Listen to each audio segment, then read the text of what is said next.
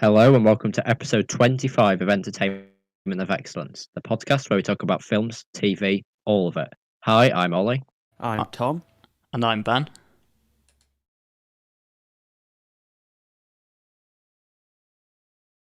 Hello? Answering some of your questions. Hello? Discord crashed. What? Did you not hear me? Discord crashed. What? Is that another was one to add to the happened? list? What happened? Wow. You crashed. So you didn't hear that? I heard it. No. Are we still live? We're still live. It's fine. Wait, just restart.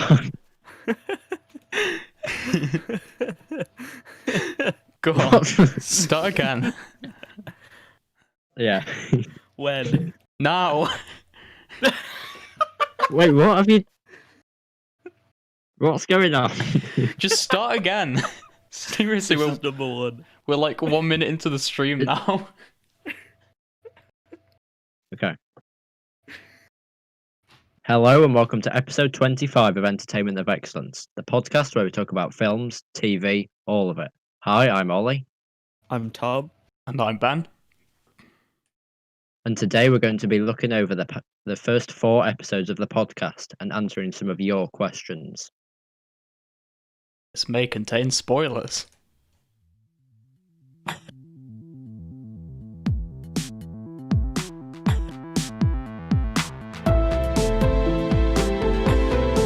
Yeah, that's entertaining.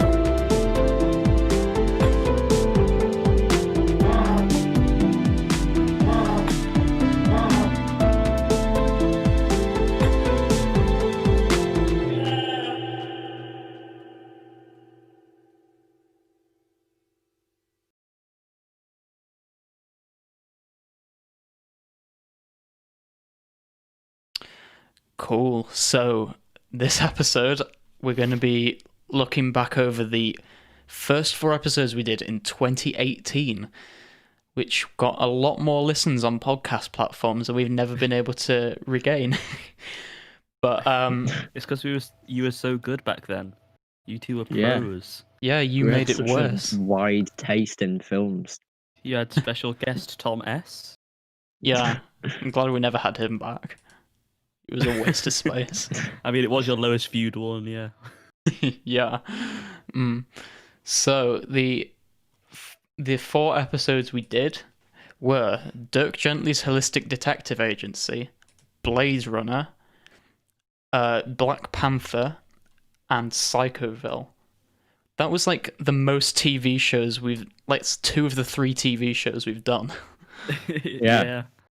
Don't forget the fact that we did actually record 2 more episodes, but they're still yet to be released. One Yeah. of them was Birdemic, which we've The since lost- done. The lost tapes. I think I found one of them, because I took a recorder to Leeds Fest and it started playing in the car. Oh, yeah. Do you remember that? Yeah. But I think I must have deleted it or something because I That can't was the- find it now. That was the Blade Runner 2049 one, I think. Yeah, we'll re-record what- that if we get to 50 How many subscribers. subscribers do we need to hit? Oh, 50, yeah. Yeah, Oh. cool. So, should we just jump straight in and look back on Dirk Gently's Holistic Detective Agency? This was our first Yep. episode we ever did. And it was reviewing the first episode of Dirk Gently. Because we hadn't seen any more than just the first episode. I remember listening. I was such a big fan. I had to ask to be on the next one. Yeah, you did. Wait, that was you? Okay, Tom. Wait, I thought it was Tom S. all this time. Holy heck. Oh, yeah, I changed my name to Adam H. Sorry.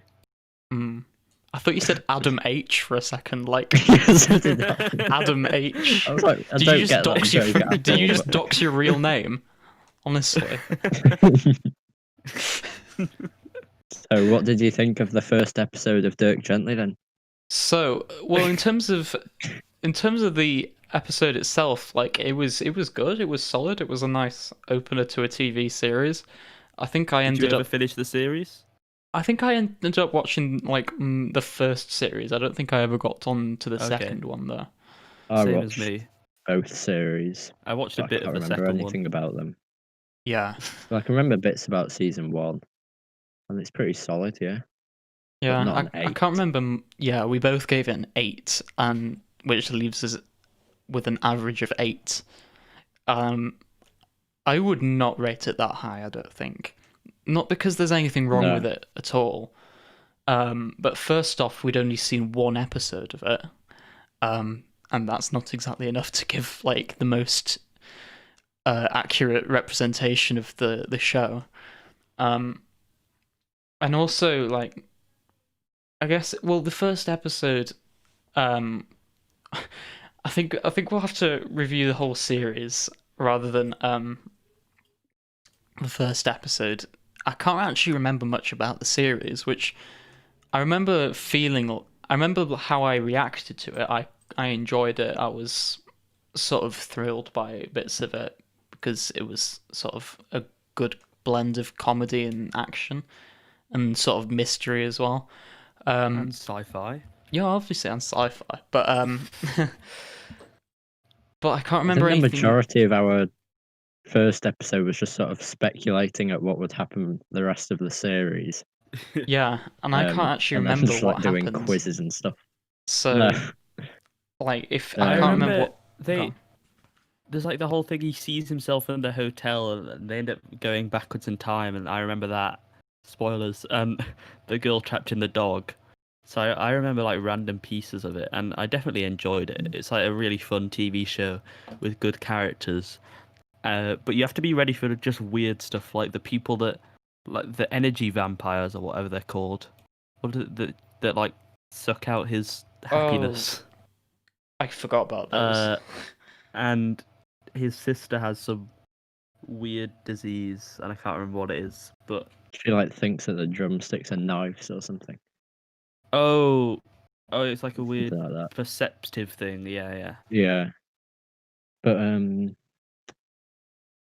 yeah. What sort of a rating do you think then? Well, I'm gonna compare it to obviously all of the other stuff we've done since then. So I'm gonna pull up the great big list of everything, which you can find on our website, entertainmentofexcellence.weebly.com. So I was thinking sort of low 7s. I think so. Obviously, a good comparison. The best comparison we can sort of make is Hollywood, because that's another TV show. Yeah. I think I enjoyed Hollywood slightly more. Oh. I don't know, but I'm just gonna go. What did I actually rate Hollywood? Let's have a look. I rated it a 7.0. 7. No, a bit higher That's than quite that. low. I'm gonna go 7.3. Yeah, Cool. fair enough. I probably preferred this to Hollywood, and I gave Same. Hollywood a 7.4. So if it's above that, that'll put it around 7.5 is like No Country for Old Men. I think that's fair. I'm gonna go 7.5. Cool. Okay, cool. And I'm not allowed to give a rating. No, you're not. Grr. All So right. these are now the official ratings, so that will reorganize Ooh. the list. Yeah, unfortunately, it was like if we go on the Hall of Fame, it was like our best TV show, I think. Yeah, it was, and then now it's gonna be like second best TV show. Oh, it could. Oh, actually, no. Is it going to be It below probably still Psychoville? will be. Yeah, We'll I don't have to know. wait and see. Oh yeah, Mm. because Wait you did about- Psychoville again. Yeah. Yeah, it was very high on the sci-fi ones until we. It still is quite high on the sci-fi ones. Yeah. And there's also Black Panther, which we'll also get to. The top-rated sci-fi are just our first 3 episodes. Yeah. You So, like sci-fi? Well, speaking of that, should we move on to Blade Runner? Yes, Tom's now allowed to speak. Oh yeah, I Thomas. rated this one. yeah. So, This is our only unanimous rating, which I find quite interesting. mm, I think Blade Runner is. Wasn't it? Oh well, yeah, but there was only 2 of you. yeah, and it was a first Yeah. episode. So, I mean, Blade Runner is amazing. Oh, the one that we watched the final cut. I don't know if you ever specified that. Oh, that's true. Probably not. We reviewed it for about 10 minutes. We Yeah, watched so the final this cut. is the final cut. So why do I have a link to the director's cut in the Oh, website? no. The director's cut's supposed to be. No, it says the final cut. You just called it the director's cut. Wait, what? Oh, nice. Yeah. I'll just change that. But I mean, it's got such great, interesting themes. Obviously, the Tears in the Rain speech is amazing. The soundtrack by Vangelis, the acting. I mean, not to be fair, Harrison Ford didn't have to do too much, but it was still good acting. And then when you consider, go on. Yeah, so I think it is really good. 8.5 might be a bit high. I'd give it 8.3, which is barely any lower, but that's just a guess. I've not seen it for a while. 8.3, that's so monumentally lower. I mean, yeah, and then I think, you've mentioned most of what it sort of really leaves an impression on you with, and then there's also the fact that it kind of was served as the inspiration for a lot of synthwave, cyberpunk, and some vaporwave sort of aesthetics that came in the 2000s. Looking back, and these were huge music and art movements. So it did well at the time, but so I don't think cult classic is going to be the the best term to describe it, but it's the closest to what you can get to it. And I rewatched it again early this year, and I was still as sort of blown away, and not blown away by it, but impressed by it. I think it's actually in your top 5, isn't it? Yeah, I think I'm gonna stick with 8.5. I think that's the only rating I gave where I actually agree with it. And it's in my top 5. I think it definitely deserves to be at the top spot, just because of how sort of revolutionary it is in the sci-fi genre. I haven't seen it since we actually watched it back in 2018, but I have read the book since then. I probably preferred the film, and I remember the sequel. So the sequel's probably something that's almost becoming a bit of a cult classic, because that didn't do great financially. It was pretty critically acclaimed, but it just didn't. It bombed a bit. But I think the first one I definitely remember being more enjoyable. Yeah, so I'm gonna give it an 8.4. Knock it down by 0.1. Ooh. Which gives it an 8.4, right? Yeah, it's still at the top so far. So yeah, well done. We knocked it down 0.1. Are you proud of us? 38 years ago. Nice. Shut up, Tom. Oh, shut up. Sorry. I've seen all of these, which is quite funny. Yeah. So the next one is Black Panther, which obviously has been in the news a bit more recently with the tragic death of Chadwick Boseman.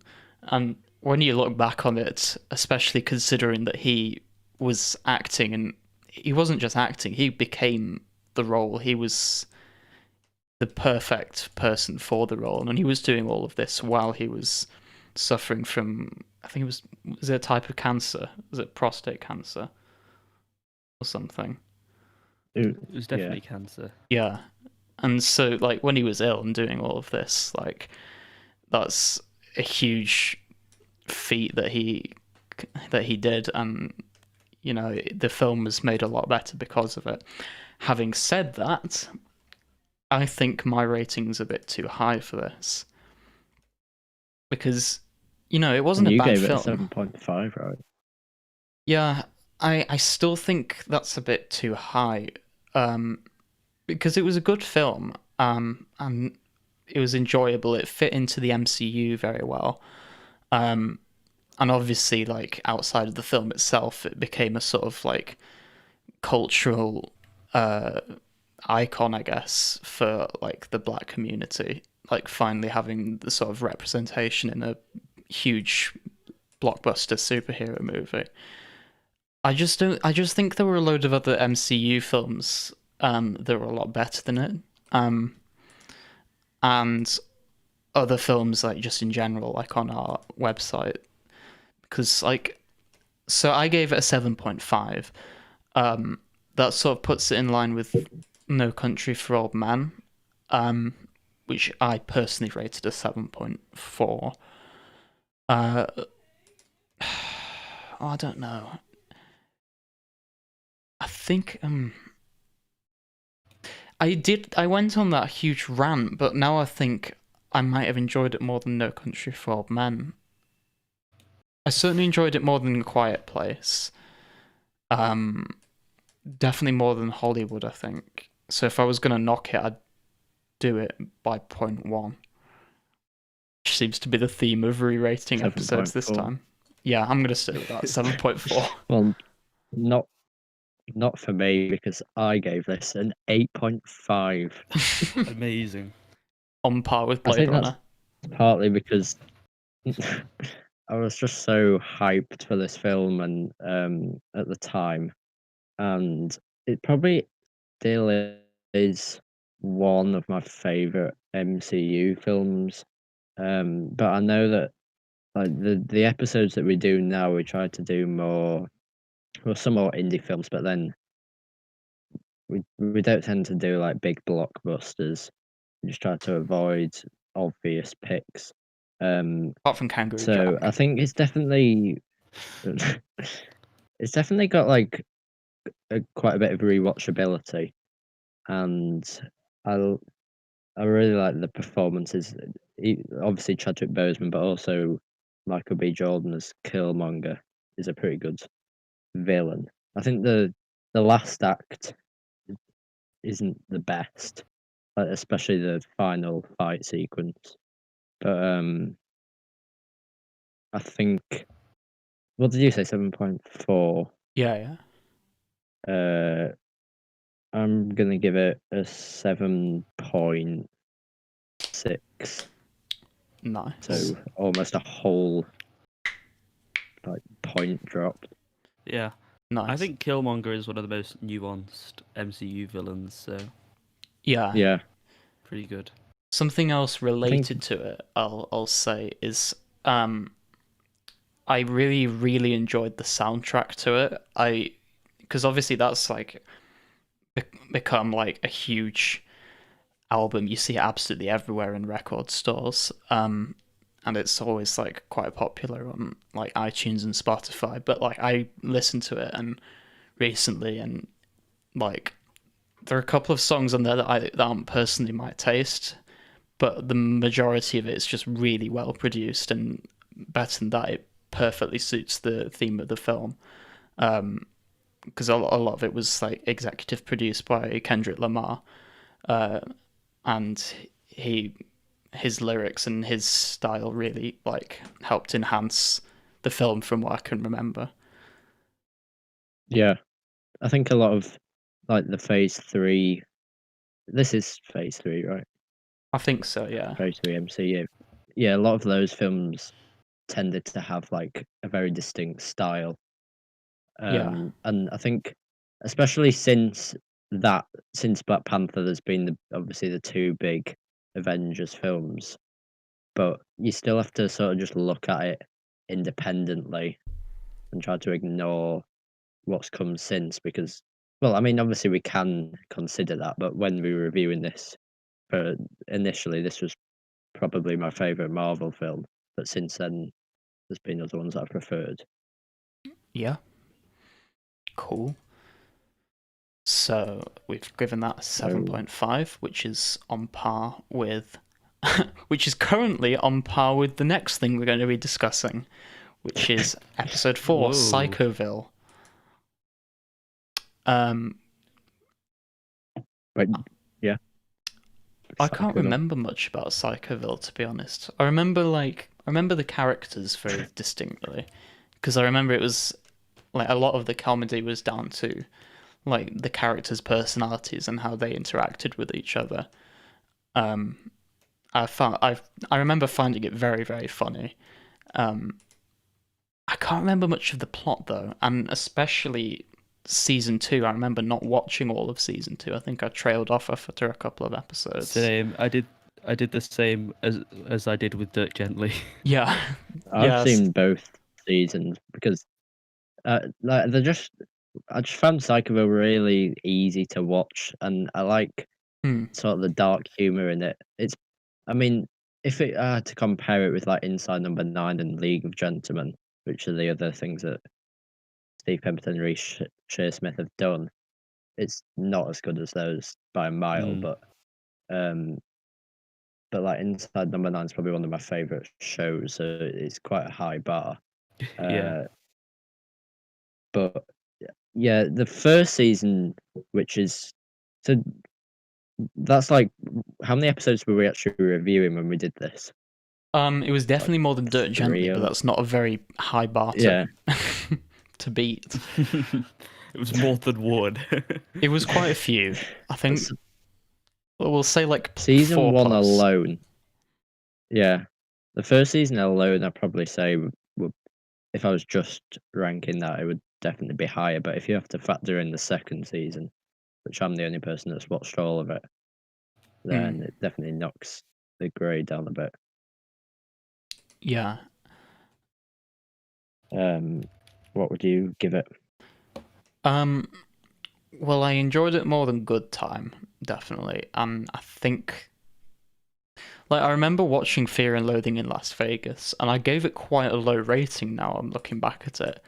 I gave it a 6.8. I remember I liked the style of that, but wasn't like, didn't leave like a huge lasting impression. But like, I remember again with Psychoville, and this might just be because I haven't watched it in 2 years. It might be better if I'd watched it before this episode. I'm thinking 7.2 because I enjoyed it. We've watched better things since then, especially factoring in season 2 that I just didn't finish because I got bored. Because the first one was undoubtedly good, but after that it kind of felt like the story was finished and it just sort of dragged on. So I'm going 7.2 on that one. I mean, I think something that we need to say, not only for these original 4 episodes, but just with everything else we've done as well. Sometimes, because we usually record the episodes like straight after we've finished watching it, sometimes it's not necessarily the most accurate representation of your thoughts in a week's time Yeah. or a month's time. Like, for instance, Good Time, I think I'd definitely reviewed too low. Same with No Country for Old Men. I mean, there's no point going back and changing all of them because we could do that forever. But I'd probably say, looking at both seasons, probably on par with like Hollywood, maybe 7.3. Ooh. Yeah, I'd say that's definitely fair. Yeah.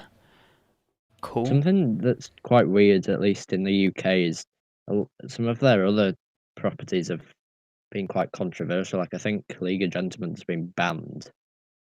Yeah. And I also noticed that Inside Number 9's just disappeared off Netflix. Oh. I don't know what happened with that. Inside Number 9. I don't know about that. I assume. I don't see why it would be controversial, but like, I tried to search it the other day and it just didn't have any results. I think League of Gentlemen will have been because of the taxi driver. Yeah. Babs Cabs, because I mean it is a bit transphobic. Yeah. Oh, and also and also, actually, it probably wasn't banned because of that. Papa 'Cause it's Lazarus. the UK, so they don't care. Yeah, Papa Lazarus. That's it. But I mean, I don't know about it Inside was Number in a 9. yeah, it's a different era though. You've got to remember Yeah. compared to what they've done since. But I don't know what happened with Inside Number 9. Maybe I think it could just be that BBC iPlayers got it removed off Netflix. Yeah. Because they want to. There's that new BritBox thing. They might be trying to push that. I suppose if it was taken off because it was controversial, there'd have been like articles about it, and I didn't see anything about Inside Number 9 specifically. It's not controversial, I wouldn't say. No. So yeah, I definitely recommend listeners to check some of their other stuff if they can. It's not banned. Yeah. Well, before we move on to the Q&A, let's just gloss over quickly what we thought of the actual episodes of the podcast. What did we think of our previous performances and the format? I think I'll start by saying my voice is pretty similar to what it was now, but a lot less expressive and a lot more monotone. Yeah, that's quite impressive. Yes, I very much enjoyed that film. Now let's do a quiz. Something I noticed about me was I just always interrupted you. You I was did? just like, yeah. And then, every time you were speaking, it was like I was trying to say something. Yeah. And I suppose it sort of happens a bit now as well, but that's because we're doing it over Discord and there's a time delay. When we're recording together, it's fun. I don't understand whatsoever the quiz. What was the point of that? Because on podcast platforms, the 5-minute review and then 20-minute quiz. Yeah, because Well, on even podcast more platforms, like we used to literally. we used to. We used to. Wait, we used to literally just read out IMDb reviews. Like, Yeah, people can go onto the website and read them themselves. Yeah, and like to be fair, the quiz would have maybe been okay if we'd included a screen recording on the YouTube version and cut it out for the podcast platforms. But we didn't do that. You know? And the first couple episodes, we full on. Go on.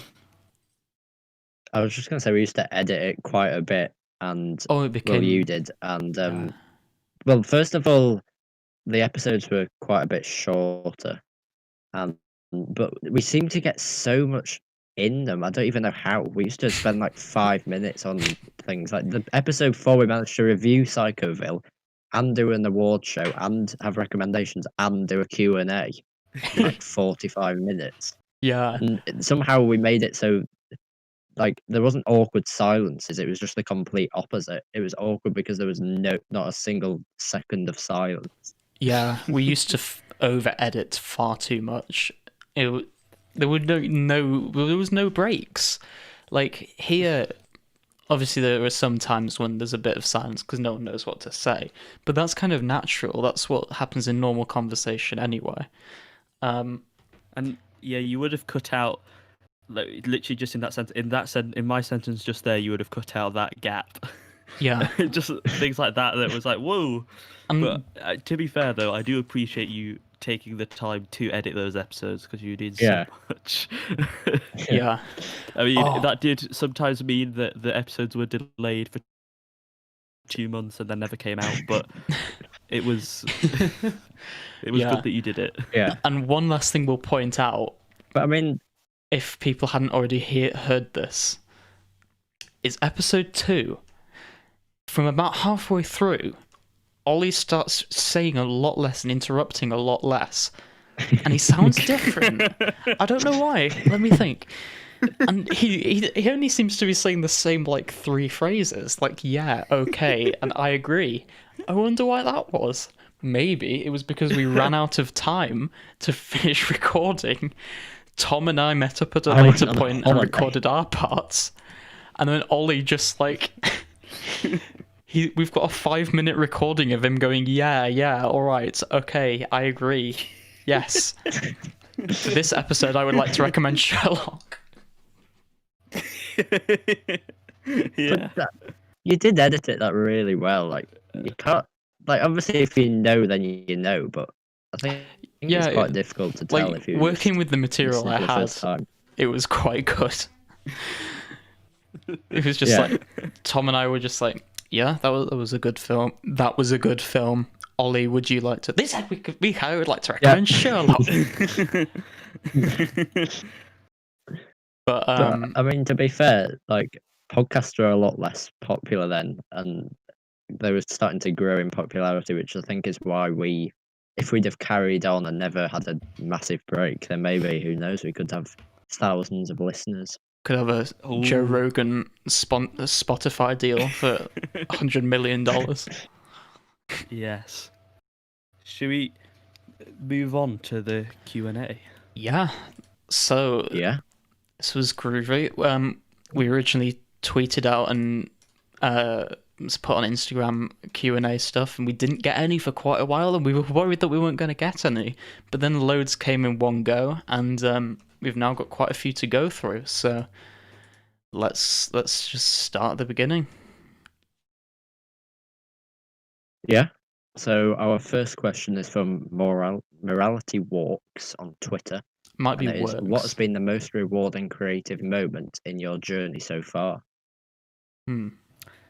This was quite a difficult question for me. One thing I am proud of is the intro music, because Oh yeah. I did that. I mean, even though I was literally right at the start, like I bashed it out quite fast, and I really liked the melodies, and it sounded really rough because I'm terrible at production. And then I send it over to Ben, and he like really polishes it up and adds some extra harmony, and it's literally just us messing around with like our Chewbacca impressions and stuff. And I think it's pretty good for what it is, and having like someone's cough as the snare drum. I don't know. I quite enjoyed that. Yeah, it's kind of become iconic at this point.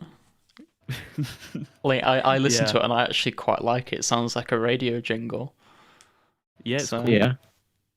Maybe we could introduce more jingles. Maybe we could. Well, we were going to, didn't we? But then never came to fruition. Mm. It's time for recommendations. Yeah. Never saw the light of day. I really liked. There's no, because a podcast is kind of a weird thing to talk about, like creative moments. But there were just the things like where we talked about theories that we had behind films or interpretations we had of them without looking anything up. I always found that quite cool. So I think we did that with Being John Malkovich and a bit for No Country for Old Men, but we did get a bit of aid looking some stuff up. But I always found that quite cool. If you had like whenever we had ideas about a film that were our own ideas, that was I liked that. Yeah. I think those are all good points. One last thing I'll add for me creatively. I don't know, like creatively is like pushing it a bit, but sort of because we rebooted this podcast in lockdown. We started off on Discord, and then sort of the restrictions came down a bit, and we started recording a bit together. And then by episode 21, we were aware that, like, because of stuff that was going on, we weren't going to be able to record together again for quite a bit. But by that point, I'd sort of perfected the audio. So if you listen to episode 21, the audio quality of our voices is like really crisp and really precise. Yes. It's not over compressed. It's not like ear raping you. It's like pretty much like spot on the podcast sound you'd be wanting to listen to, and I'm very proud of that. Yeah, I even pointed that out when we were listening to some of them back, that episode 21's audio is really good. Yeah. Also, the thumbnails are all really good. I just want to point that out. So well done, Ben. Ben does all the technical stuff. Yeah. What about you, Ollie? I was just gonna say as well, like I remember in the Two Popes episodes, because we like switched around the order of episodes. Like at the start of one, like I have a really good sounding mic, literally for the intro, and then it just switches back to this. Yeah. I couldn't really think of any rewarding moments. I think the thing I'm probably most proud of, I guess, is like the submission spotlight and the fact that people actually sent in stuff for us to review. And Yeah. how we were able to like give feedback on other people's work. Yeah, and hopefully as we become a little bit more popular, we'll get more people sending stuff in so we can help people out a bit more. Yeah, unfortunately, the latest submission kind of fell through a bit. We don't know what happened to them. Their Twitter account just disappeared. So Yeah, sorry Yeah. about that. We teased that for like Unfortunately. 3 episodes. yeah. Let's move on. So, Custard Kong on Twitter has asked, "What are the best and worst films you've reviewed?" And they're guessing that Robot Monster is the worst one. Well, so you Ooh. can sort of see this on our website. We've got Hall of Fame, and at the bottom we've got Hall of Shame. So we'll look at the worst ones so far. Yes, you're right that Robot Monster is one of the worst ones. Bottom 3 we have Robot Monster at 4.1, Mile 22 just slightly higher at 4.5, and the worst film we've ever done, Kangaroo Jack at 2.2. I think Robot Monster was made worse, as in the filmmaking quality was worse, but it was more enjoyable than Kangaroo Jack for sure. Yeah. Yeah, And Yeah, it wasn't necessarily intended to be a masterpiece in the first place. It was just like a B film with like a relatively cheap budget, and it was only like an hour long. Whereas Kangaroo Jack, you can't get much worse than a bad comedy. it's so Yeah. messy. Yeah. The best films, I think obviously Blade Runner is really good, but my personal favourites have been I'm Thinking of Ending Things, and I also really liked Marriage Story and Being John Malkovich. I mean, they're all near the top, but they're kind of my like favourite ones. Yeah. They switch around. I wrote down the ones that I had written the prestigious, given an 8, which is obviously like the top quality ones.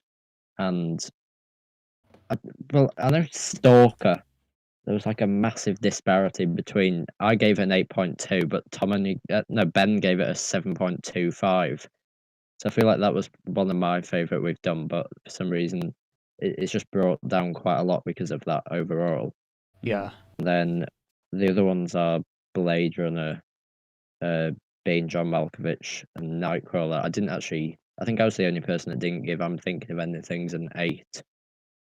So I might have brought that down a little bit. 7.8, how dare you? Okay, so Custard Kong also asked, "What are your Wait, favorite?" Ben, what about yours? What?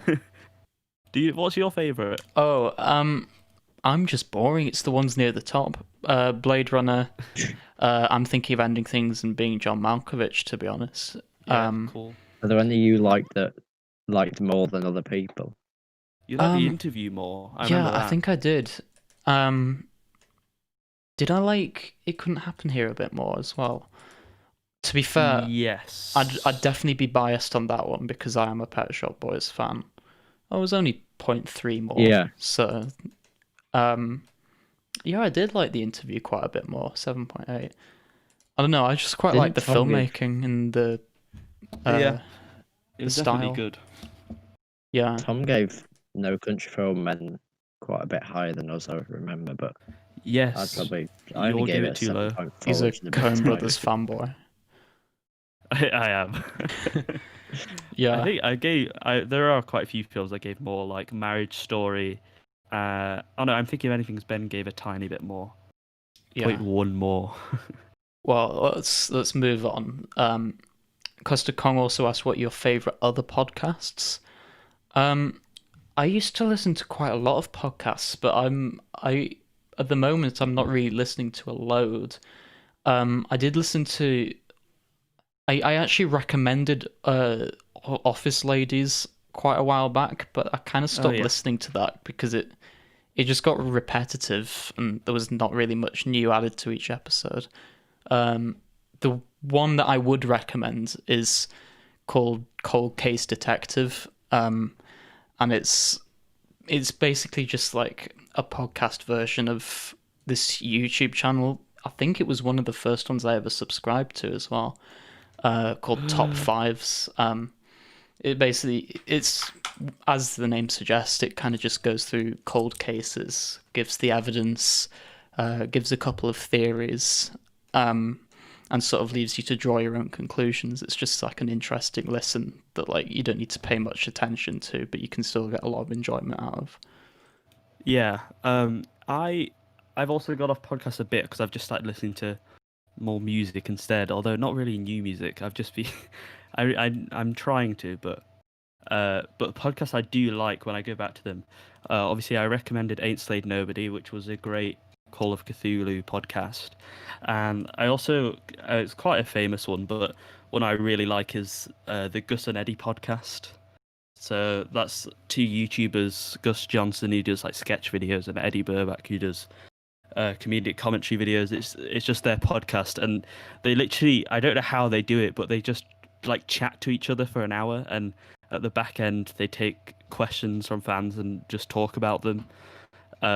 It's really impressive. They're both hilarious people and have like great bits and stuff in them where they just do like awkward silence. It's brilliant. So that's a really good one. Nice. I'm the same. I used to listen to more, but in terms of like film ones, I know I've recommended the Weekly Planet before. I also listen to the host of that does like another episode, another podcast with his wife called Suggestible, which is pretty good. I occasionally listen to one called Cast, which is like the podcast of a YouTuber called Carson Runquist.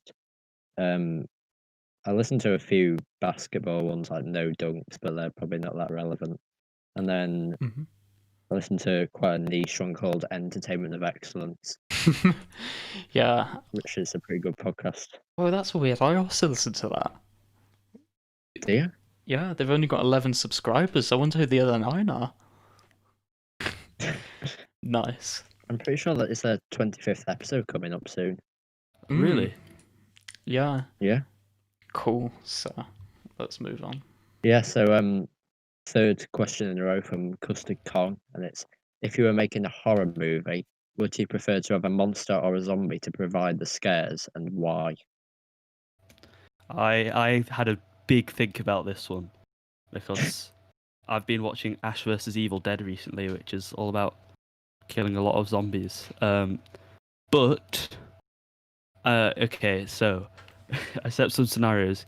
I think if it was kind of like a smaller scale horror film, definitely a monster, because you can have like really interesting backstories about them or dynamics surrounding them. So like Alien springs to mind, or even like The Fly, although I've not even seen it, but I know it's an iconic thing. One, having backstories or interesting mechanics behind them are really cool. I think if it's a bigger scale thing, definitely zombies, because zombies can be really cool. Obviously, have the kind of interesting morality aspect of a lot of the times characters will end up seeing people that they knew as zombies, and maybe having to decapitate them and all that.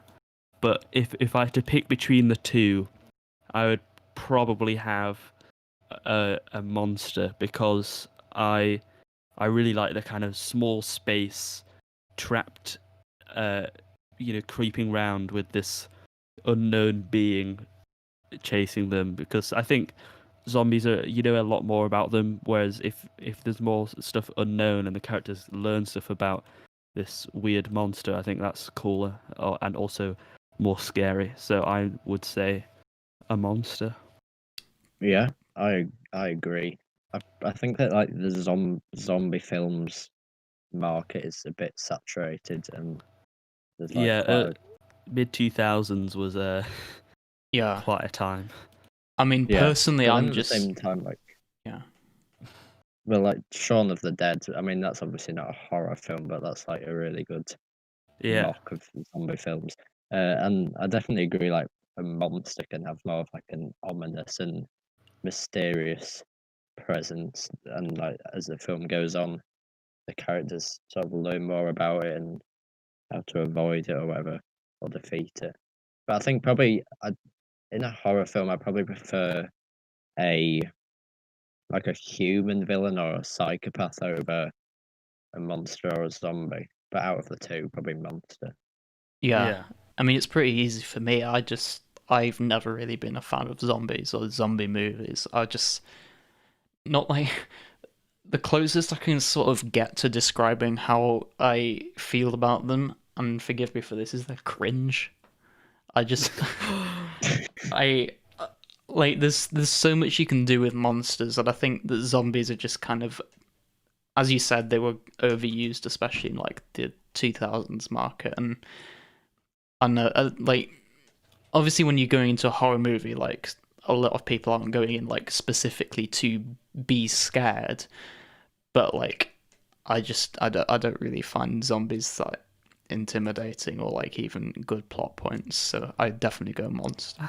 Have you seen any zombie films? Yeah, I have. I Oh, you can't have? What have you remember seen? which ones. I'm just wondering I if you've haven't seen seen like any. terrible ones. Yeah. I mean, I actually haven't seen any, but I've read World War Z, and I've seen The Walking Dead or parts of it. And early Walking Dead is very good, like really good horror. And now I'm watching Ash vs Evil Dead, which I'll just talk about very briefly, which is comedy horror, except it doesn't like just disregard the horror. It's still got some good horror elements. And then where it'll have the creeping fear of, they're not really zombies, they're called deadites. It's like an embodiment of evil. I don't know, it's difficult to explain. But it does the creeping horror in small spaces, and then basically the main character Ash will sort of find a way where he'll get his chainsaw hand and his double-barreled shotguns, and then it has amazing action scenes of him just mowing through zombies and stuff, and very over-the-top comedic violence, and it's great fun. Yeah. So I think zombie stuff can have its merits. Cool. Yeah. Let's. I need to see like Day of the Dead or whatever it is, or Dawn of the Dead, the OG zombie film. Yeah. Yeah. Let's try and But- keep the answers a little bit shorter from now on because we've got quite a few to get through. Yeah. I mean, Okay, we could save so some for next episode, maybe. If we run out Yeah. of time. I mean, let's see how we go. What's next? Ollie's mum has asked, what are our reasons for the top 5 films on the website? Well, those have recently moved now, so the current top 5 is Blade Runner, Being John Malkovich. No, I think it No, it's means the About Us individual section. ones. Oh, Yeah. right, okay. Yeah, I'm sorry. Go on. I'll have a quick rundown. I've got a quick thing. So I've got for Blues Brothers. That is like I just love it. It's really fun and entertaining. It's got great music, great blues, obviously, and it's like just ridiculous comedy in the best way. Like a million police cars crashing into each other. The last sequence whole- of that film yeah. is insane. The whole like military chasing after 2 people that are just in a blues band. It's so funny. I've seen it loads of times. Scott Pilgrim has amazing editing and just style. Obviously, Edgar Wright is brilliant. Michael Cera's performance is great. I love the writing. That's also just a really fun film. The Dark Knight, maybe the greatest action film of all time. Ooh. It's got like an amazing score, some interesting character moments, as long as you can get over Batman's stupid voice, and it just looks great as well. All the cinematography and stuff, and Gotham. I don't know. I know it's kind of a cliche favorite film to have, but I love it. Train Spotting has like iconic characters. It's really funny. It's got quite dark comedy, and also can actually be quite horrific when it needs to.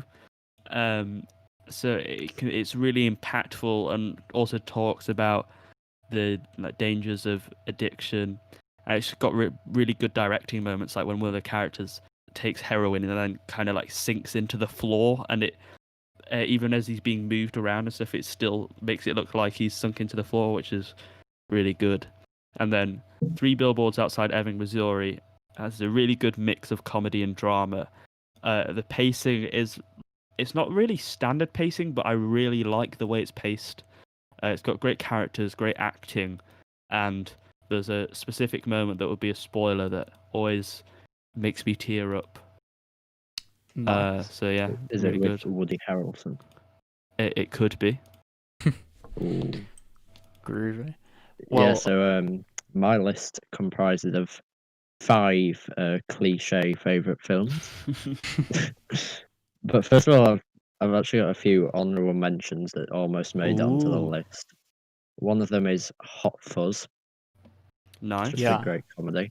One of them is A Clockwork Orange, which Ooh, is I still need to it's see it. probably which is on it's mine. probably in my top 3 favorite books. Yeah. But it didn't quite make it into the films. Blade Runner, Shining, and probably like maybe Pulp Fiction or Yeah. some of I need to Tarantino's rewatch. others. I need to rewatch Pulp Fiction. But yeah. I'll just keep it brief. So I put Empire Strikes Back. That's probably like, well, Star Wars is like probably my favorite franchise and probably the franchise that had the biggest impact on me. So, and that's just like the climax of the story. Well, not, yeah, like the climax of the story, and it's just a great film. Shawshank Redemption, I haven't actually seen in a while, but it's just like a really compelling story of prison life, and also like not just people that are in prison, but like people that work at prison, and like what prison actually can mean to some people. Inception, it's got like really good character development, a really good score, great action, and quite a few like themes and messages underneath that action. Dark Knight, I mean Tom's already talked about, but like I guess just it's like a dark and gritty portrayal of a superhero film with Heath Ledger's performance, which is obviously amazing. And then Reservoir Dogs is just a great debut of a director.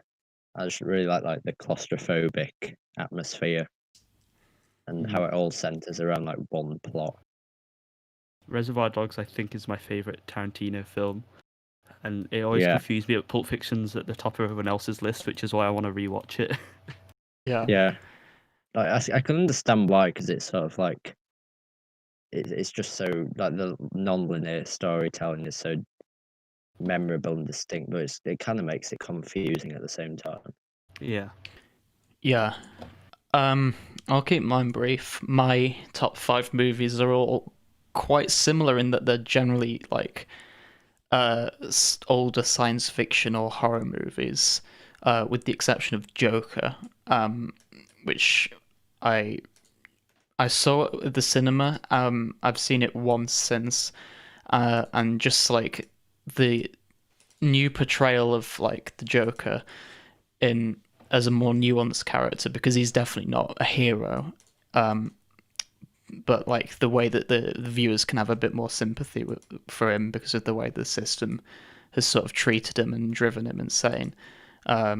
Obviously, like great editing, great cinematography, and I love the style of the film. All of my films, I think I really either like the story and the style, or just the style itself is like incredibly good. I think that's sort of what draws me to a movie. So obviously Blade Runner, I Can I talked just say about Joker quickly? Yeah, go on. Well, I just think that like when people compare, you can't really compare like Heath Ledger and Joaquin Phoenix, because Phoenix portrays like at the start of the film he's not even Joker, and it's sort of like him becoming the Joker, whereas Phoenix is, I mean, Ledger's like the prime of his madness, and they're just very, very different, but they're both great performances. Yeah.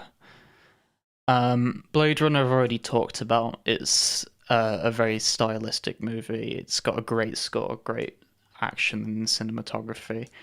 The Thing by John Carpenter, that's sort of like a great example of horror that I really enjoy. It's sort of like the claustrophobia of there being a certain amount of people in one base, and people don't know if they can't trust each other and relationships break down because the thing itself can shapeshift. And its ending's also very impactful as well. I have They Live, which is also by John Carpenter, as an honourable mention. I also enjoyed that quite a bit, but I don't think it made it quite onto the list. There's a Clockwork Orange as well. I've also read the book. I don't actually know if I prefer the book or the film. I think they're slightly different. Not like The Shining different, but yeah, just like the themes in A Clockwork Orange, and obviously the score, like, and the way that they're doing like incredible violence to like Beethoven in the background. It leaves quite an impression, and I really enjoyed that. And lastly, there's Videodrome, which is a David Cronenberg film. Who's a great director. Another sort of sci-fi horror one. Just sort of like the style of it, I really enjoyed. Had some great acting in it, and unfortunately, I didn't put Scanners on there, or like Scanners Cop, or Scanners Doppelgamers. Scanners, doppelgangers. Because I haven't seen them. Oh, I've seen Scanners actually, but I haven't seen any of the other ones. So that's a shame. But yeah, let's move on. Okay, so also from Ollie's mum, how influenced are you by the IMDb rating of a film before you watch it? And are there any ratings you feel are unjustified? I've actually tried to start avoiding looking at IMDb ratings where I can. I mean, I still have to look at them if I want to choose, see what things are worth watching. But if there's something new coming out, I try to avoid it. So I didn't look at the IMDb rating for Joker. I mean, partly that was because I watched it on the opening night and I really liked it. And at the end, someone shouted like, "Well, that was rubbish." And I was kind of like, "I'm pretty sure it was amazing." And it turns out that people agreed with me, so I was like, phew.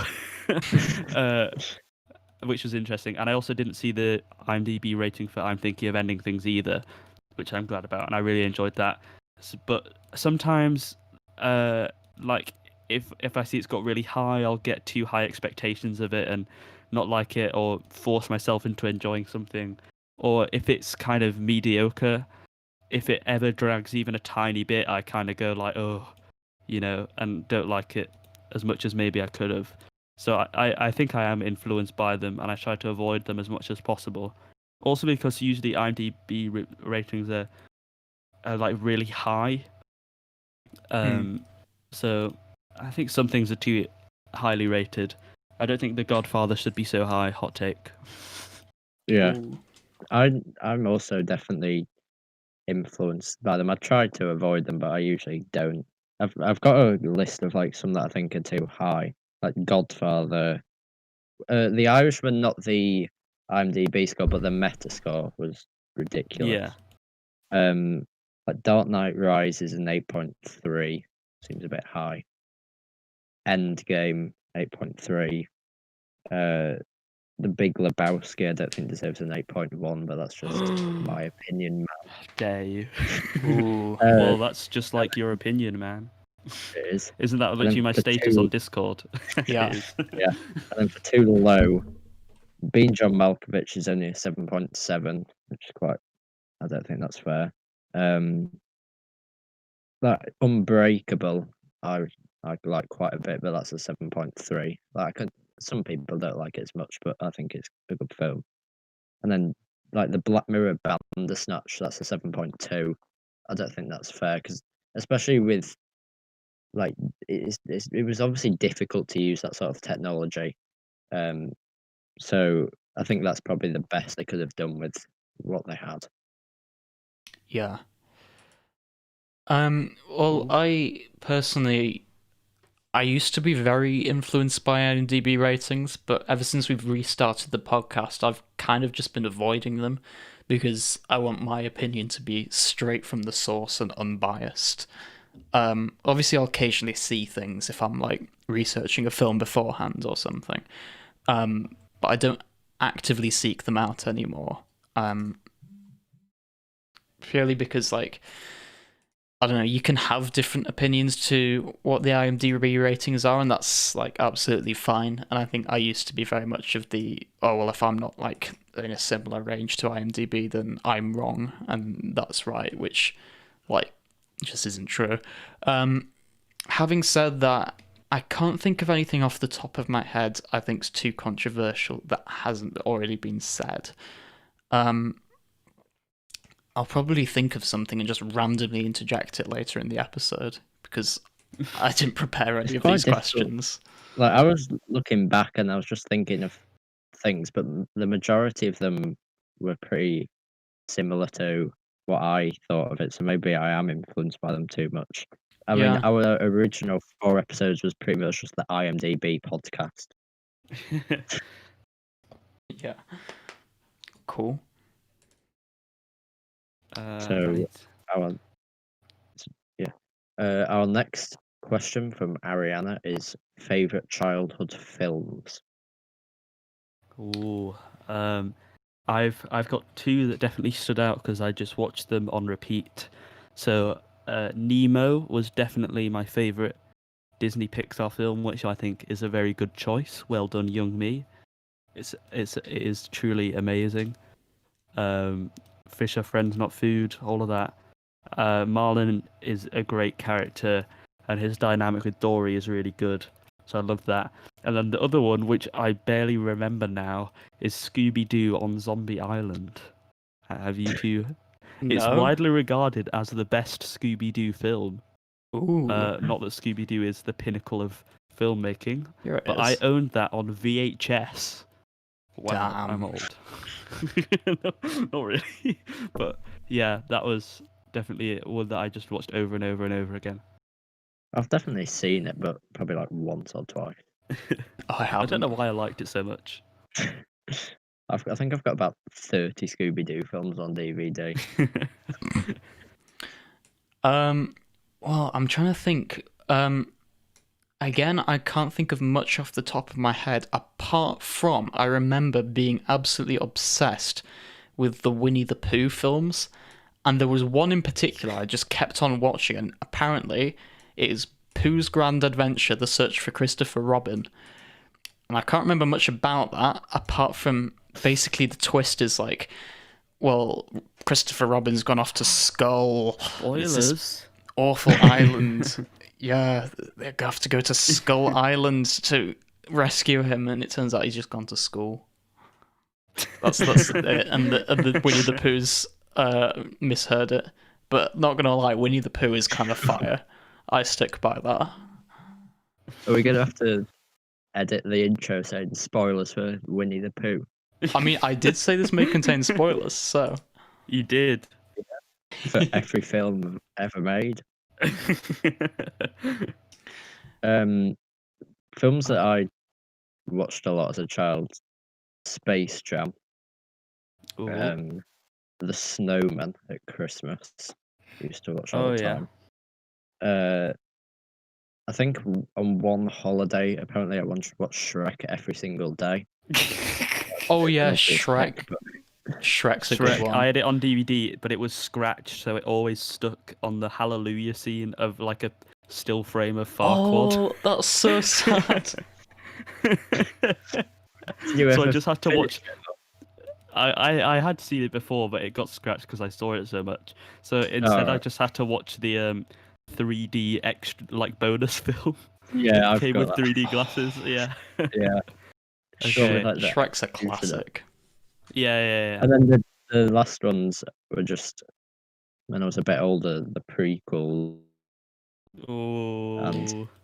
Yeah, the first film I saw at the cinema was Ratatouille. So there you go. Amazing. Nice. Amazing Pixar film. Okay. Yeah. Ariana also asks, are there any films you really like, not because it's good, but because you just enjoy it?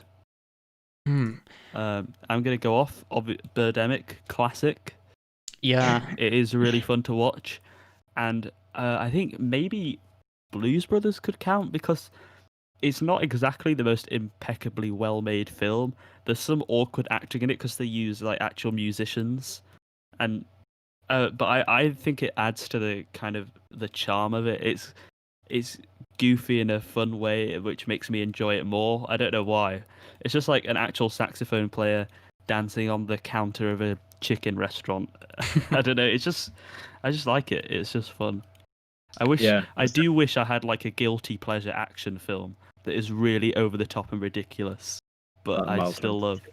Yeah. But that's not over the top, so it's not fun. You have no idea what's under going the on. top. It is under the top. Yeah. I personally don't have any like yeah, go on. That, a lot of people like, like we did heavy metal. I mean, that's for me, but some of the DC films aren't necessarily the best, but they're quite fun. Yeah. Kick-Ass. Oh, I mean, it is good. And then I remember like there was quite a lot of controversy with Venom, and like a lot of critics gave it awful reviews, but then Venom. Fans. So yeah. Yeah. I don't really have a guilty pleasure movie. I wish I did. I'm not cool enough for a guilty pleasure movie. I guess one that comes to mind, I suppose, is like They Live by John Carpenter, because like it's a really good film and it's got like good writing, good sort of themes, I guess. But like, there's no denying that like the costumes are really cheesy. The the whole premise, when like the aliens are introduced, they just like, I suppose if you weren't going into this expecting that it'd be like a cheesier like action flick, then like you'd probably be laughing in your seat, because they look just like quite bad. But I kind of like cheesier like sci-fi and horror movies to a degree, as long as they're not like, don't have terrible writing, Yeah. I think that's sort of it. I can't think of anything else specifically that would come to mind, like, because of that, unfortunately. I'm great like that. Yeah. So, the next question is from Ollie. And he says, actually, no, we'll leave that. We'll leave that till later. Oh. Wait, shall I read your question out then? Yeah, go on. So this question's from Ben. Oh, what would you like to have changed or improved about the podcast by our 50th episode? I thought about this, and for me, it's just general.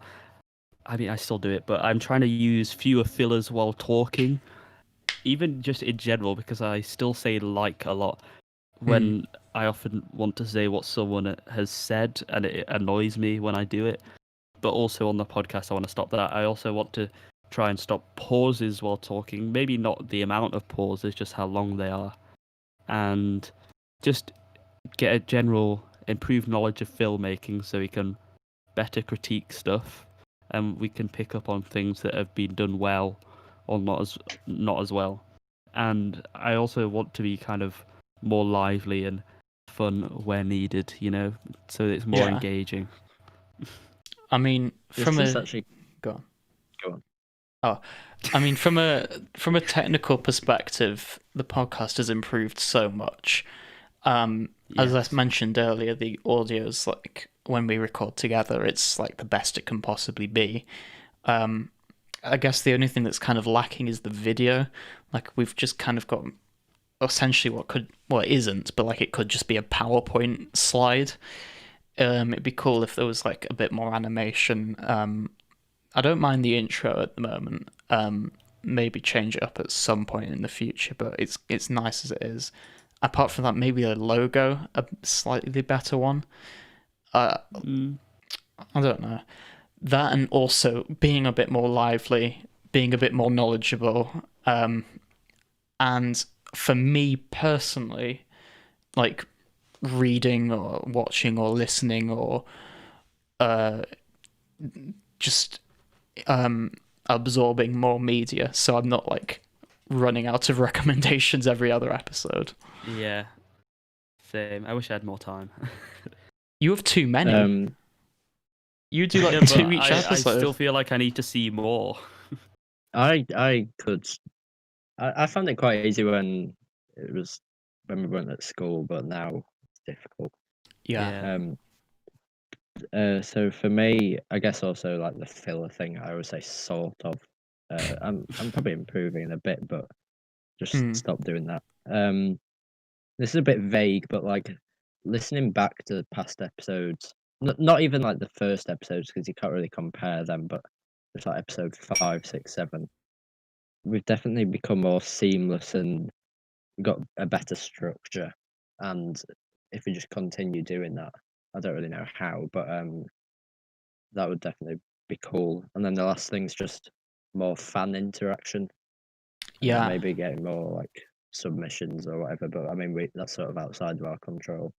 Yeah, I'd like to get back to doing clips at some point. Like it was kind of hard before because I kind of didn't have the time. But maybe if I sort of prioritize stuff, I'll be able to do at least one.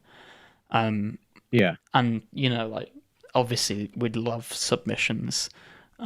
We'd love to like every episode review a different form of entertainment, and hopefully someone can get a bit of feedback from the general, like essentially we're just the general consumer.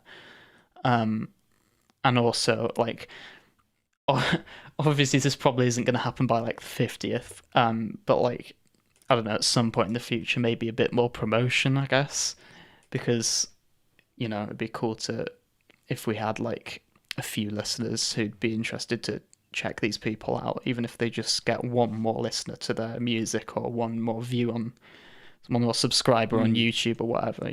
Every little bit helps. Yeah. Cool.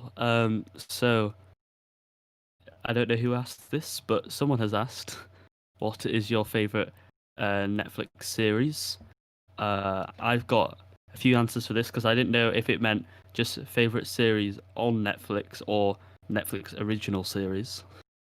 So, just favorite series on Netflix. Obviously, I'm a massive Breaking Bad and Better Call Saul fanboy. Love them, amazing writing, bravo Vince and all that. It's just like really compelling shows that I think are great, and obviously Netflix do have like amazing TV series. Like so many of them are good that I've seen. I mean usually because I try and only watch the good ones. Things like Narcos is really good, and another one, Stranger Things, obviously. But I think my favorite Netflix ones, depending on how I'm feeling, I really like Mindhunter, about interviewing the serial killers. That's like really good. It's got like horror elements, thriller, great, just conversations, that the kind of conversations with serial killer in that style of the interview. So Ben would probably like that as well. And in terms of kind of comedy, I think BoJack Horseman is probably one of the greatest animated shows of all time. It's really funny and also really just dark and depressing, and it gives you like existential crises at points. So, but I think it starts. BoJack Horseman was a tricky one for me to say as like one of my favorite ones because it starts off a bit weaker, but I think when you get to like the penultimate episode of season 1 and season 2, like after season 2 it gets really good. There's some amazing like conceptual episodes and stuff. So those two are kind of my favorite Netflix original ones. Speaking of good animated shows, mine is Hoops. No, I'm joking. Okay, phew, I was worried. I don't. It's a joke. I think it's quite easy. Probably Black Mirror. But the problem with that is I think season 3 is really good, but I think the BBC series are better. So do they not count? I don't know, because like Arrested Development is also one of my favorite TV shows, and Netflix picked it up. Except the Netflix series is terrible, Yeah. or it's not as good as the original ones. I don't know. I think series 3 and 4 are good. Yeah, I'm gonna be quite boring and say Black Mirror as well. But I'll also add, I really enjoyed Umbrella Academy recently. Oh yes, that's good. Like That's Yeah. really fun. both of the seasons are quite different in the way that they were like the sort of the tone and the storylines, but both of them were very good. And it's left on a cliffhanger, so I'm hoping they do a third season and they don't screw it up. Yeah. By the way, Mindhunter has only got 2 seasons, and it has like a 5-season plan, and they've still not renewed it for a third season. So what are you doing, Netflix? Come on, Yeah. get on the ball. I mean, Umbrella Academy was like really popular, and hopefully there's that demand for it. So yeah, all they Yeah. need to do is just not screw it up, please. How about Netflix films? There's not. I mean, Mine's just probably the good Marriage ones. Story. Like I'm thinking of Ending Things and Marriage Story are really good. Yeah. I'm Ballad thinking of of Buster Ending Scruggs Things. is an Film. honourable mention, Yeah. Yeah. and a Tall Girl obviously is a. Tall Girl is a 10 out of 10. I honestly can't fault that movie one bit. Nice. Should we move on to the next question? Yeah, that is a cool idea.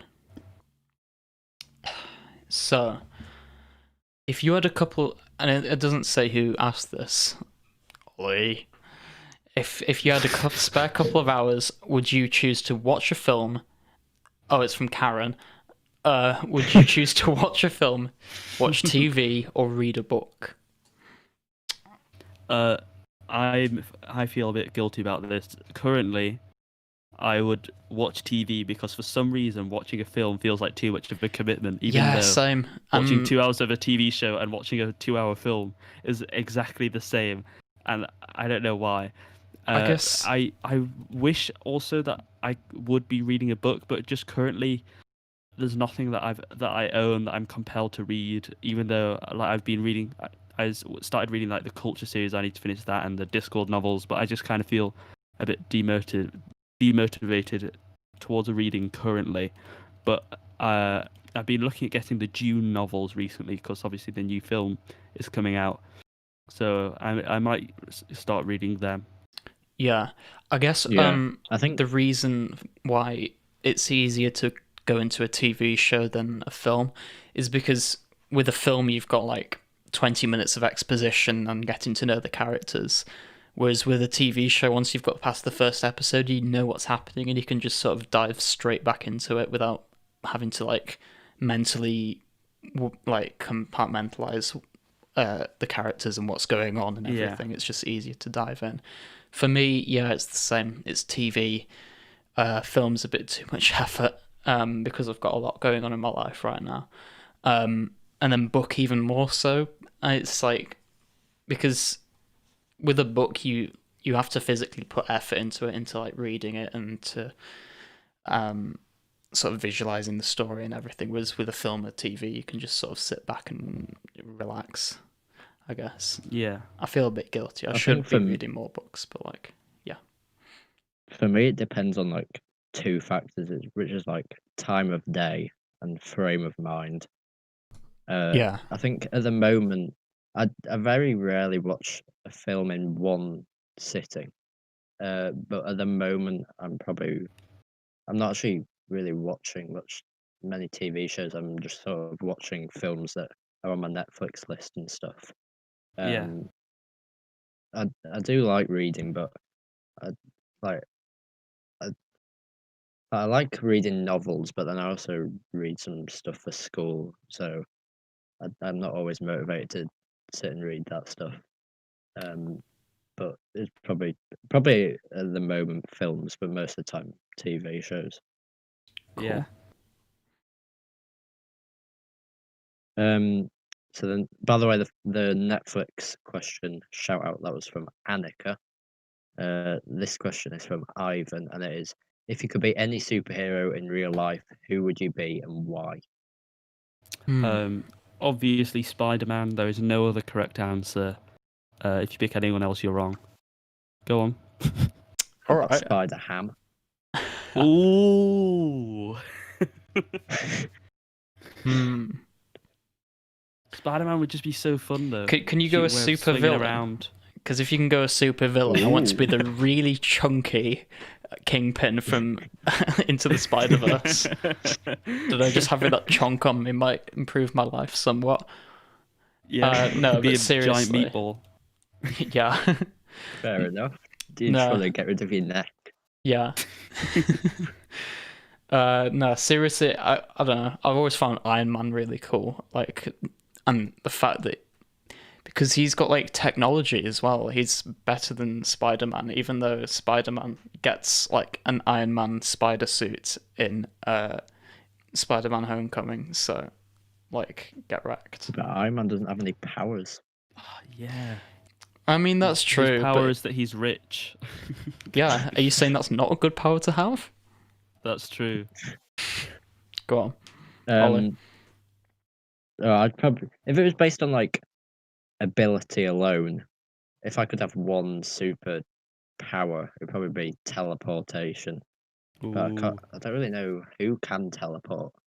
Like Nightcrawler. Oh yeah. Probably think But he's a bit blue. I wouldn't be Nightcrawler. But, Yeah. I'd probably want to be like a speedster, like Flash or Quicksilver or something like that. I feel like that would be cool. Apparently, Deadpool can teleport. Okay. Can? Apparently. Oh, doesn't he steal like? I don't know. What's his name? The metal arm man. Colossus. Is that his name? Is it Cage? Is it Cage? Oh yeah. He's in Deadpool 2. Yeah, him. I'm pretty sure he can teleport. He might steal his teleporting thing because he's from the future. I don't know. Anyway, the final question. Well, the which penultimate. was asked... penultimate one. Oh wait. What is there one we're more going after back this? to my question. Oh, sorry. Yeah. Yeah, go on. So Eth has asked, "Are there any films you feel you should have seen but have not?" And the answer so is many. The problem with me, the problem with me is I had a big list of stuff that I should have seen, and some of them it wasn't helped by like Tom recommending a new movie like every week for 2 years. All of this was on my old phone, and then my old phone died, so I'm having to like remember some of the stuff. Just off the top of my head, The Truman Show. I've meant to watch that for quite a while. I need to rewatch it. Film. I need to. I added it. It's on Netflix now. Nice. Yeah. I need to watch more Scorsese films, especially like online. Casino. I need to watch The Godfather. I've not seen Casino. Well, that's not Scorsese. He did Goodfellas. But like, yeah. I've got a massive list of just things that, off the top of my head, I just wrote out this list. I need to see Rocky, The Predator, a bit more obscure. I need to see With Nail and I need to see Grave of the Fireflies, which is the first Studio Ghibli film, which is supposed to be amazing. I need to see like all the Scorsese films, Taxi Driver, Wolf of Wall Street, Casino, etc. I want to see Star Troopers, you know, the like satire about the military sci-fi nation, which was received poorly at first, and then people went, "Oh, this is a social commentary. I didn't realize." I also need to see One Flew Over the Cuckoo's Nest, Parasite, Psycho, Apocalypse Now, Clockwork Orange, etc., etc., etc. I've not seen Psycho. You remember, it's a bit of a meme, isn't it, between us that I've still not seen Psycho. What? I thought you were there at Film Club in No, the whole point is that I missed Film Club when you did all the cool OG films. Oh, you're such a loser. That reminds me, I need to see American Psycho. Oh, I saw that is really recently. I just saw that a couple of weeks ago. It's good. Yeah, it's good. All right. It's pretty weird, but it's good. Yeah. I need to watch. I've seen the first Godfather, but I need to see the second one. Yeah. I need to see Terminator. Terminator. You see Terminator? No. Terminator And then and the Terminator big one for me 2 was- and forget the rest. Yeah. Yeah. And then the main one for me, which will probably make Tom leave the call, is I don't know if I've actually ever properly watched Lord of the Rings. Neither have I. How dare you? Oh, what? I've like watched I've bits never- of them, I've watched. and I've seen all the Hobbit films, but Right, I I'm gonna think get I you watched two The round. Fellowship of the We've Ring got another... and about half Yeah. of the Two Towers, but like. I've I got haven't read another the friend Two that hasn't Towers, seen them. You've only read the Two Towers. yeah, I don't know I just kind of why. lost steam I don't and know if lost I've finished it, it interest, was and I've so- never been like motivated to pick it back up. Okay, well, Yeah. I watched them obviously as a kid quite a few times, and then I rewatched them like last year with my brother. I watched all three. Like we do one a day, and we've got another friend that hasn't seen all of them. So I'm just gonna have, when lockdown's finished, I'm gonna have all of you over, and we're gonna watch the Lord of the Rings films because they are really good. All right, I'm gonna need a load of Nice. coffee to I keep me won't watch awake, them but You won't though, because they're really entertaining. well, as long as we don't watch the extended versions. Well, that may be the only version of Fellowship of the Ring that I have. Oh no. Anyway, right. So, our final question. Let's all give one moment briefly. Our final question is from Ollie, and it is, wait, no, yeah, it is. It's from Ollie. What? No, it's from me.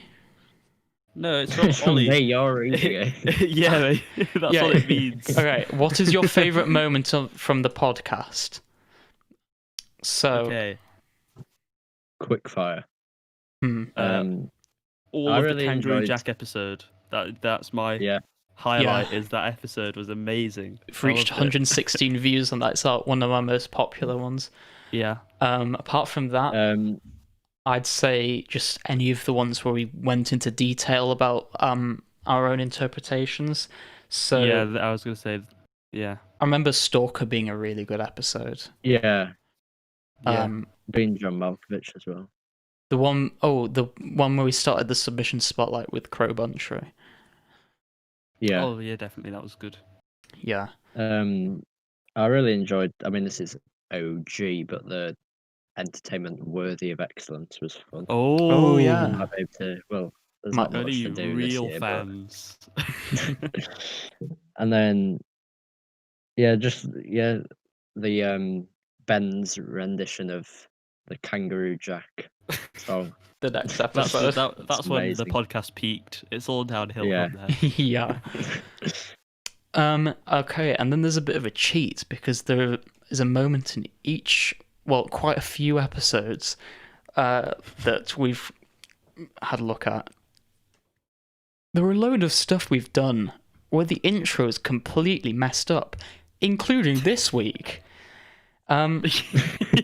So unfortunately, we had this prepared beforehand. We basically put together a top 7 failed intros of Entertainment of Excellence.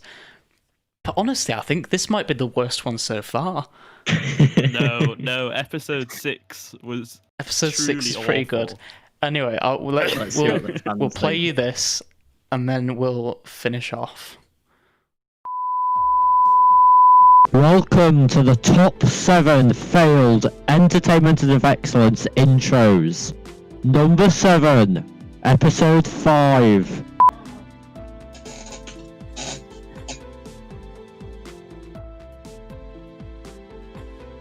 To the return of Entertainment of Excellence, the podcast where we talk about films, TV, all of it.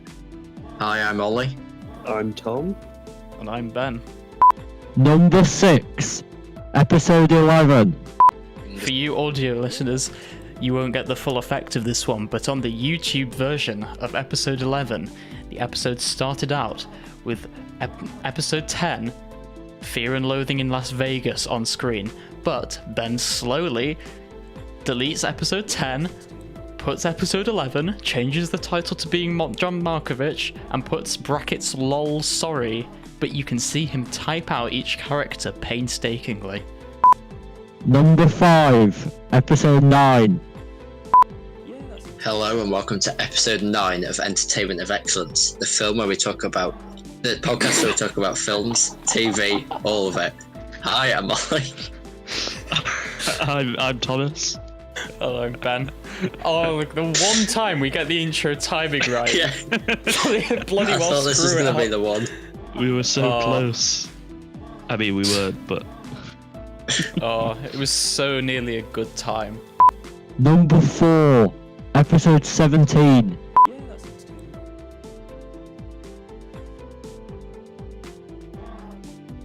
And I'm Ben. Today we're going to be discussing the 2019 drama Marriage Story. This will contain spoilers. Number 3, episode 8. The intro in 5 seconds. Now. Just go now. Hello and welcome to Entertainment of Excellence, the podcast where we talk about films, TV, all of it. Hi, I'm Ollie. I'm Thomas. And I'm Ben. And we really messed that intro up. It just starts in 5 seconds. No, we're live. Yeah. Number 2, episode 21. Hello and welcome to episode 21 of Entertainment of Excellence, the podcast where we talk about films, TV, all of it. Hi, I'm Ollie. I'm Tom. And I'm Ben. And today we're going to be talking about the 1987 film It Couldn't Happen Here. This may contain This We're may, live! this may contain spoilers. Number 1, episode 6. I'm watching it. Okay. Hello and Hello welcome. and welcome to Entertainment of Excellence, the podcast where we talk about films, TV, all of it. I'm Ollie. I'm Ben. And I'm Tom, and we didn't rehearse that.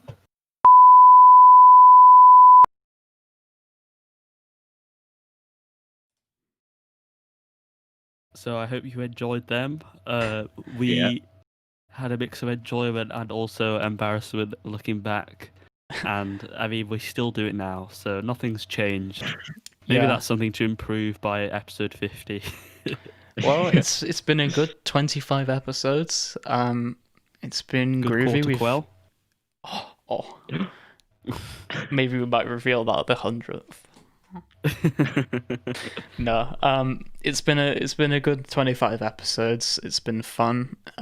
We've improved a lot, and I really enjoyed this episode, like reminiscing on stuff and answering people's questions.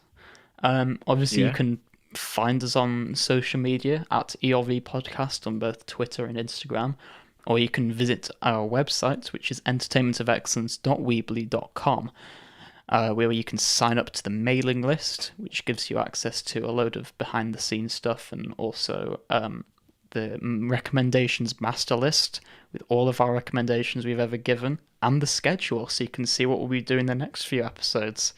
You can all see the Hall of Fame and all of the films ranked and all of that good stuff. We'd love to hear from you if you have any reviews of the podcast, any constructive criticism from us. That would be very good to hear, because we're still starting out. Even though we've done 25 episodes, we can still improve a lot. And we'd be happy to give constructive criticism and feedback to anyone else in our submission spotlight section, where anyone who's a creator of pretty much any type of entertainment can send in their works via the contact form on our website or social media, and we'll dedicate a 10-minute segment to talking about your work. And we'd also love to have you on. Just come on the podcast and we'll have a quick chat, talk about your work. This doesn't have to be live. We're happy to pre-record if it's a bit more convenient for you. So that would be cool. Sorry the submission spotlight fell through this week, but hopefully we'll have some more ones in the near future. Thanks for listening. Well done for sticking through. Yeah. Well done for sticking through the whole of this episode.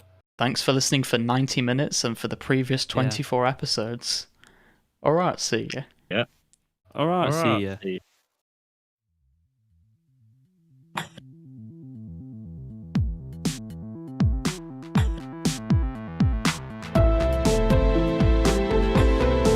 Yeah, that sounds good.